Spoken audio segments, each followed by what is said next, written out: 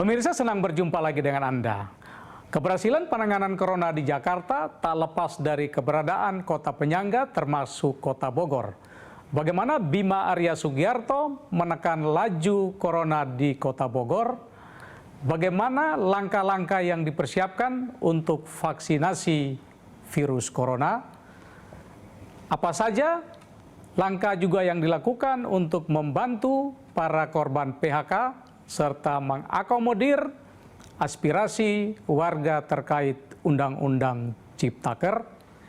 Mari kita temui Wali Kota Bogor, Bima Arya Sugiarto. Pak Bima, terima kasih banyak atas kesempatannya. Terima kasih, sama-sama. Pak Bima, apa kabar? Sehat Pak Bima? Alhamdulillah baik, apa kabarnya juga? Sehat Pak Bima. Ini Pak Bima dulu sempat positif dan sekarang sudah pulih. Bagaimana kondisi Pak Bima saat ini? Baik, Alhamdulillah, walaupun harus tetap jaga kondisi, jaga kesehatan, jaga makanan, mengatur pola istirahat, semuanya. Jadi berusaha hidup sehat. Karena kadang-kadang kalau kita nggak jaga, masih agak terasa ya, kadang-kadang suka lebih cepat lelah gitu. Jadi harus tetap jaga ritmenya. Itu dibanding dengan kondisi sebelum positif, ada perbedaan nggak setelah sembuh, Pak?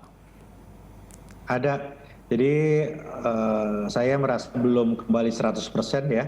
Jadi masih harus mengatur semua pola. Kalau saya ngobrol dengan teman-teman alumni, dokter-dokter, memang inilah yang disebut dengan long term impact dari COVID. Jadi ada efek jangka panjang ya, yang bisa 6 bulan, 8 bulan, bisa begitu. Jadi kadang-kadang itu bisa lebih lelah dari biasanya. Jadi masih harus diatur ritmenya. Itu bagaimana Pak Bima mempersiapkan kondisi supaya bisa mengatasi rasa lelah yang tiba-tiba muncul? Satu, harus cukup istirahat. Jadi kalau biasanya barangkali saya baru tidur jam 11, jam 12, jam 1, sekarang nggak lagi. Saya usahakan jam 10 malam tidur, bangun subuh jam 5, kemudian makan makanan sehat ya, semua makanan dijaga. Jadi buah, sayur, nggak boleh terlalu banyak makan yang enak-enak gitu. Jadi cukup istirahat, atur pola makan, dan pikiran, itu kuncinya. Bagaimana Pak Bima membangun komunikasi dengan warga Bogor yang dulu positif lalu sudah sembuh, supaya mereka mendapat kekuatan lagi bahwa kondisi mereka bisa pulih seperti sedia kala? Di Bogor kita membentuk paguyuban asosiasi atau perkumpulan alumni COVID-19, namanya Temanko. Jadi fokusnya adalah satu, memberikan edukasi kepada warga supaya nggak terkena COVID. Yang kedua, memberikan semangat berbagi kepada saudara-saudara kita yang hari ini masih positif COVID-19. Dan yang ketiga adalah berbagi pengalaman efek-efek COVID ya setelah sembuh dengan sesama alumni COVID. Karena hari ini juga masih banyak teman-teman yang walaupun sudah dinyatakan sembuh, tapi masih ada gejala-gejala yang dirasa. Nah, penting untuk saling berbagi kepada mereka. Yang sembuh di Bogor ini dari pertama sekarang sudah sekitar 1.400 orang, dan yang bergabung di Temanko ini ya sudah agak banyak ya, sudah hampir 100 orang. Itu ada nggak kekhawatiran bahwa setelah sembuh kemungkinan dites positif muncul lagi? Ada banget ya, saya kira semua punya khawatiran yang sama.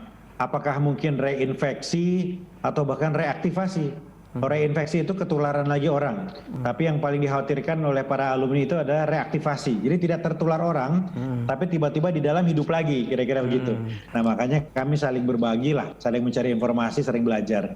Ini menarik juga, ada temuan survei di Kota Bogor bahwa ternyata masih sekitar 16% warga Bogor yang percaya bahwa COVID ini adalah hasil rekayasa ya. Ini bagaimana Pak Bima meyakinkan warga supaya percaya bahwa ini benar-benar penyakit, Pak? Di survei itu juga ada pertanyaan, siapakah yang paling Anda dengar ketika mendengar informasi tentang COVID? Nomor 1 adalah dokter, nomor 2 tokoh agama, nomor 3 pejabat. Nah, makanya kemudian Pemkot berkolaborasi dengan Ikatan Dokter Indonesia dan para tokoh agama supaya bisa masuk ke semua kalangan, menjelaskan, menyampaikan bahwa COVID itu bukan hayalan, COVID itu kenyataan, ada, nyata, dan berbahaya. Nah, itu pesan kita dengan merangkul teman-teman dokter dan para tokoh agama. Pak Bima, ini kita bicara soal PSBM di Kota Bogor. Ini kan Bapak tetapkan sampai tanggal 27 Oktober ya. Nah, ini apakah kondisinya makin membagus atau kemungkinan akan diperpanjang terus setelah 27 Oktober melihat data penambahan kasus per 21 Oktober kan sudah hampir 2.000 tuh Pak? Ya, kita polanya tetap sama, penguatan protokol kesehatan dengan fokus untuk mengawasi hari ini adalah keluarga dan perkantoran, sama polanya. Jadi nggak ada di Indonesia ini yang bebas 100% kemudian normal kembali, nggak ada. Jadi sebetulnya ini masa ini akan panjang, mungkin sampai awal tahun depan atau bahkan tahun depan. Jadi nggak relevan sebetulnya diperpanjang atau tidak. Ini kita semua ini masih harus menjalani perang melawan COVID ini sampai tahun depan. Nah, tinggal lebih kepada fokusnya di mana. Karena kita harus pelajari berdasarkan data. Nah, di Bogor ini sekarang fokusnya adalah satu di rumah tangga atau pemukiman, kedua ada di perkantoran yang merupakan klaster utama penyebaran COVID-19 begitu. Dan kebijakannya lebih kepada memodifikasi titik tekan itu berdasarkan data-data yang kita kumpulkan, kita analisis berdasarkan perkembangan terakhir. Itu kalau disampaikan bahwa klaster yang paling dominan itu klaster keluarga, itu ada nggak upaya yang lebih spesifik supaya bisa menekan mobilitas dari keluarga ke keluarga, Pak? Ya, pertama kita punya sistem namanya pembatasan sosial berskala mikro. Artinya kelurahan-kelurahan yang merah, RW-RW yang merah, ini lebih ketat diawasinya. Jadi ada pembatasan aktivitas warga di situ, tempat ibadah ditutup, ya. Kemudian juga kalau keluar masuk betul-betul diawasi. Nah, ini namanya mikro. Nah, yang kedua kita gencarkan sosialisasi tentang protokol kesehatan dengan menambahkan keharusan ya kepada warga untuk membersihkan diri ketika pulang ke rumah dari aktivitas di luar. Sembari kita menetapkan target kalau satu orang dinyatakan positif, minimal 20 orang kontak erat itu harus kita dapat dalam waktu 1 kali 24 jam. Jadi kontaknya kita pastikan cepat gitu supaya mencegah penularan lebih lanjut.